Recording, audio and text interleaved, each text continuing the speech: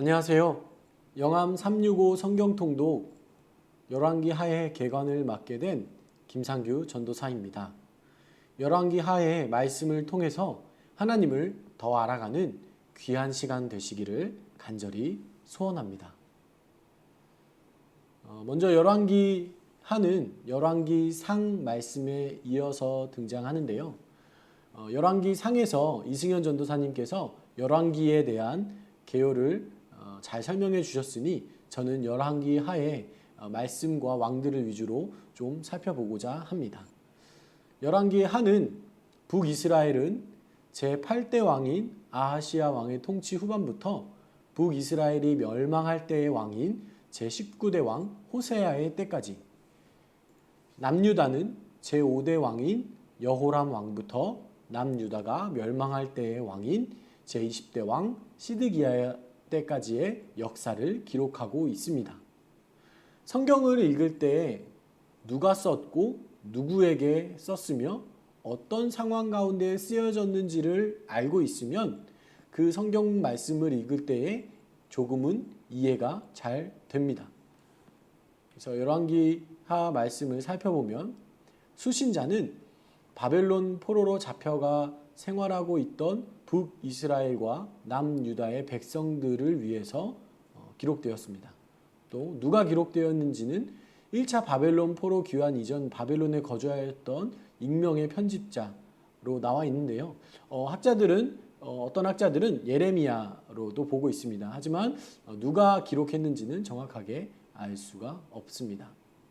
이 사실을 기억하시면서 열왕기하 말씀을 또 열왕기상 말씀도 그렇게 읽어가시면 좋을 것 같습니다. 열왕기하 말씀은 내용상 세 부분으로 나뉘는데요.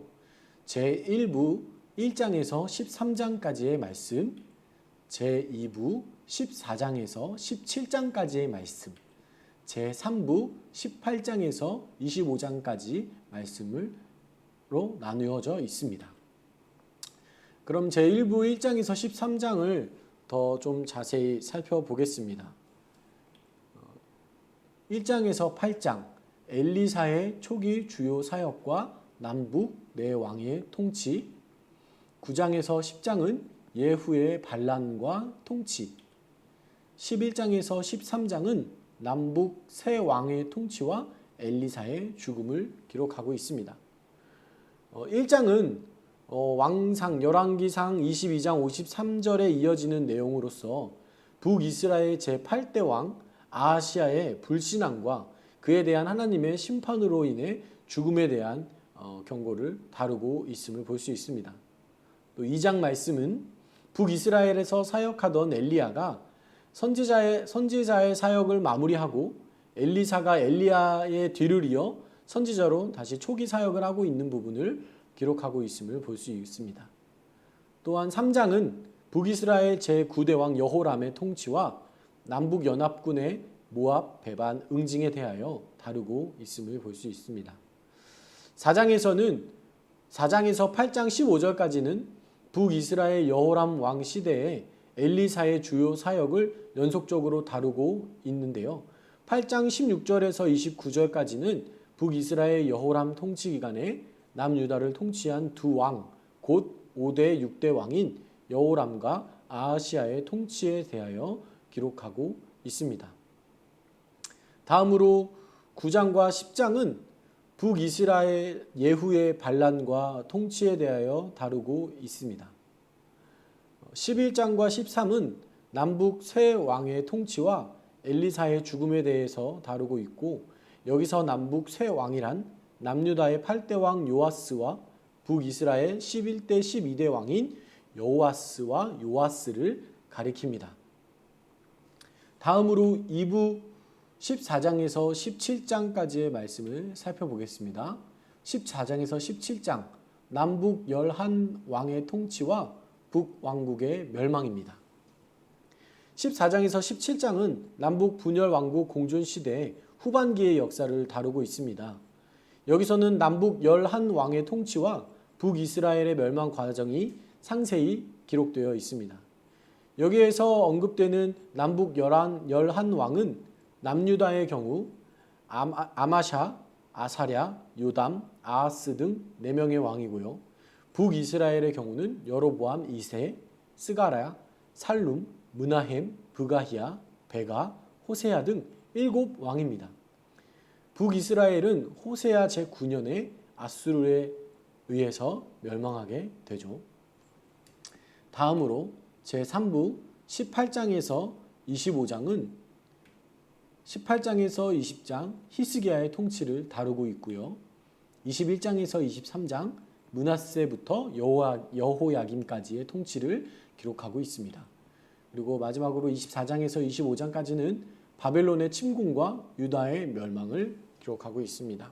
좀 더 자세히 살펴보면 18장에서 20장은 남유다 역사상 가장 선한 왕으로 불리는 히스기야의 통치에 대하여 다루고 있습니다. 18장, 19장, 20장 이렇게 3장에 걸쳐서 기록된 것은 히스기야가 얼마나 북이스라엘과 남유다를 통틀어서 하나님 앞에 온전하고 또 바른 길로 행하는 왕이었는지를 볼 수가 있기 때문입니다. 21장에서 23장까지의 말씀은 남유다 14대 왕인 므낫세 왕으로부터 18대 왕인 여호야김 왕 때까지 5왕의 통치에 대하여 다루고 있습니다. 여기서 우리는 16대 왕인 요시야를 기억해야 하는데요. 요시야 왕은 남유다 최후의 선한 왕으로 성전 수리 중에 발견된 율법책으로 종교개혁을 단행했던 남유다의 회복을 위해 노력했던 왕입니다. 마지막으로 24장, 25장은 남유다가 바벨론에 의해 멸망할 때의 과정을 다루고 있는데요. 남유다는 여호야김 때부터 멸망 때까지 모두 4차례에 걸쳐 바벨론의 침공을 받습니다. 바벨론 포로로 끌려간 여호야긴 왕의 석방이 언급되는 것은 유다의 멸망이 단순히 한 나라의 멸망과 하나님의 백성들의 완전한 멸망이 아니라 하나님은 여전히 그들의 백성을, 하나님은 이스라엘을 다시금 회복시켜 주실 것을 약속하는 그 소망을 심어주고 있기 때문에 여호야긴 왕의 석방이 언급되면서 말씀을 마무리하고 있습니다. 네. 열왕기 하에서 이제 어떤 메시지들을 주로 담고 있는지 한 줄 요약으로 좀 더 살펴보겠습니다. 한 줄 요약입니다. 열왕기 하는 축복과 저주의 기준이 명확합니다. 하나님께 순종할 때 평화와 축복을 누리게 되지만 반대로 하나님께 불순종을 할 때 우상을 숭배하거나 하나님 앞에 불순종할 때 선지자들의 말씀에 불순종할 때 반드시 저주를 받게 되는 하나님의 축복과 저주가 분명한 말씀이 바로 열왕기하 말씀입니다. 다음으로는 타락한 인간의 뿌리 깊은 죄성을 볼 수가 있습니다. 북이스라엘은 여로보암이 나라를 건국한 이래로 아수르에 멸망할 때까지 단 한 명의 왕도 선한 왕으로 평가받는 왕이 없었습니다. 하나님의 심판으로도 막을 수 없는 인간의 뿌리 깊은 죄성을 볼 수가 있는데요. 선대 왕이 죄를 지어서 심판을 받았지만 그 다음 왕도 이어서 죄를 짓습니다. 또 그 왕이 죄를 짓는 것을 또 경험했지만 그 다음 왕이 세워져도 여전히 죄를 짓는 인간의 그 뿌리 깊은 죄성이 하나님이 아무리 심판하셔도 막을 수 없음을 북이스라엘 왕들을 통해서 볼 수가 있습니다. 다음으로는 하나님의 신실함을 또 열왕기하 말씀을 통해 볼 수가 있는데요. 하나님은 북이스라엘의 왕들이 범죄할 때마다 심판하셨고 징계하셨고 왕가를 멸하기도 하셨지만 남유다는 멸하지 않으셨습니다. 이것은 하나님께서 다윗과 맺은 언약이 있기 때문이었습니다. 하나님께서는 다윗과 맺은 언약이 있으셨기 때문에 남유다의 왕들이 죄를 짓더라도 하나님 앞에 범죄하더라도 북이스라엘처럼 완전히 멸하시진 않으시고 그 남은 자들을 남겨두셨다는 것입니다. 하나님께서는 다윗과 맺은 언약을 신실하게 지키고 계셨다는 것을 열왕기하 말씀을 통해 볼 수가 있습니다. 인간은 언약을 거슬러 행할지라도 하나님은 자신의 언약만큼은 반드시 지키시는 분이라는 말씀입니다. 다음으로는 인간의 불순종을 볼 수 있는데요. 하나님은 자신의 백성들을 위해서 엘리야 또는 엘리사 선지자들을 비롯해 수많은 선지자들을 세웠지만 계속해서 죄악의 길로 달려가는 이스라엘의 백성들을 볼 수 있는 말씀이 바로 열왕기하 말씀입니다. 하나님께서 어떻게 해서든 이들을 구원하시기 위하여 엘리야와 엘리사 같은 선지자들을 세우셨지만 계속해서 죄악의 길로 빠져들어가는 이스라엘의 백성들을 볼 수가 있습니다. 다음으로 지도자의 중요성을 볼 수가 있는데요. 남유다의 역사를 보면 선한 왕이 다스릴 때와 악한 왕이 다스릴 때의 형편이 달랐음을 볼 수가 있습니다. 어떤 지도자가 나라를 다스리냐에 따라서 그 나라의 성패를 좌우하는 것이 결정적인 요인이 되는데요. 하나님 앞에 정말 순종하고 하나님 말씀에 따라 행하는 왕이 지도자가 된다면 그 백성들도 하나님 앞에 선을 행할 수 있지만, 그럴 때 하나님께서 주시는 축복이 있고 평안이 있지만 하나님 앞에 죄를 삼는 왕이 세워진다면 그 백성들도 자연스럽게 죄악된 길로 빠져서 하나님께 심판받게 되는 그런 지도자가 얼마나 중요한지를 볼 수 있는 말씀이 바로 열왕기하 말씀입니다. 마지막으로 하나님께서는 자신들의 백성들을 지키심을 볼 수가 있는데요. 하나님은 남북 이스라엘의 왕국을 아수르와 바벨론 제국을 통해서 심판하셨지만 하나님께서는 그 왕국은 멸하실지라도 그의 백성들은 남겨두셨습니다. 그 나라는 심판할지라도 나라는 멸망시키실지라도 그 하나님의 선민들, 하나님의 백성들은 하나님께서 지켜주셨다는 사실을 열왕기하 말씀을 통해서 보실 수 있다는 것입니다.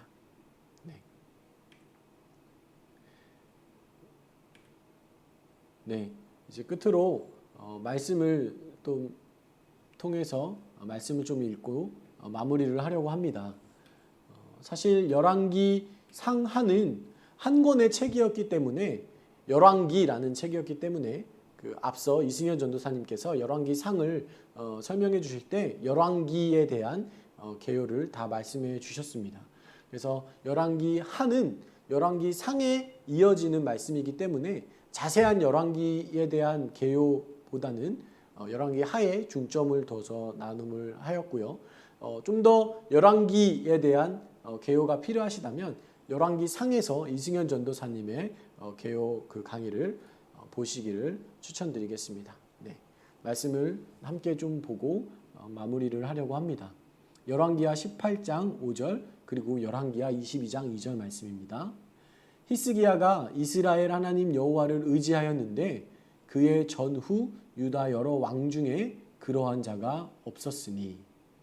네, 히스기야 왕이 하나님을 의지하였는데 이 히스기야 왕 그 앞으로도 후로도 유다에 이런 왕이 없었다는 말씀입니다. 얼마나 하나님께 불순종하며 죄악된 길로 빠졌었는지 이 히스기야 왕 한 명이, 단 한 명이 이 사람 앞으로도 그리고 그 이후에도 이만한 왕이, 그만한 자가 없었다고 하나님은 말씀에 기록하고 있습니다. 바라기는 저와 또 우리 영암 성도 여러분들 모두가 하나님을 믿는 자녀로서, 하나님의 백성으로서 정말 김상규만한 백성, 내 자녀, 내 사람, 그리스도인 김상규만한 사람이 그 전에도 그 후에도 없었다라고 칭찬받는, 그런 하나님께 칭찬받는 저와 여러분도 되시기를 간절히 소원합니다. 또 다음 말씀은 열왕기하 22장 2절 말씀인데요. 요시야가 여호와 보시기에 정직히 행하여 그의 조상 다윗의 모든 길로 행하고 좌우로 치우치지 아니하였더라. 이렇게 기록되어 있습니다. 아까 앞서도 말씀드렸듯이 요시야 왕은 이 성전을 다시 재건축하면서 발견된 율법책으로 종교개혁을 하면서 다시 이스라엘의 회복을 위해서 노력했던 또 유다의 선한 왕 중에 한 명이었습니다. 근데 이제 말씀해 보면은 요시야가 여호와 보시기에 정직히 행하여 다윗의 모든 길로 행하고 좌우로 치우치지 아니하였더라. 네, 사랑하는 영암의 성도 여러분들도 저도 하나님의 말씀을 잘 읽고 묵상함으로 여호와 보시기에 정직히 행하여 우리가 말씀으로 인하여서 좌우로 치우치지 아니하고 하나님의 말씀으로 든든히 서서 하나님의 말씀대로 하루하루 삶을 살아가는 저와 여러분들이 되었으면 좋겠습니다. 그래서 이 말씀을 함께 읽었습니다. 요시야 왕처럼 저희가 어떤 상황 가운데서도 좌우로 치우치지 않고 말씀으로 든든히 서서 이 365 성경 통독을 통해서 하나님의 말씀으로 든든히 서며 정직히 행하여 앞으로도 이후에도 이만한 사람이 없었다. 또 하나님의 말씀에 좌우로 치우치지 않고 말씀으로 든든히 세워져 갔다라고 칭찬받는 저와 우리 영암의 모든 성도님들 되시기를 간절히 소원합니다. 네, 이상으로 열왕기하 개요를 마치겠습니다.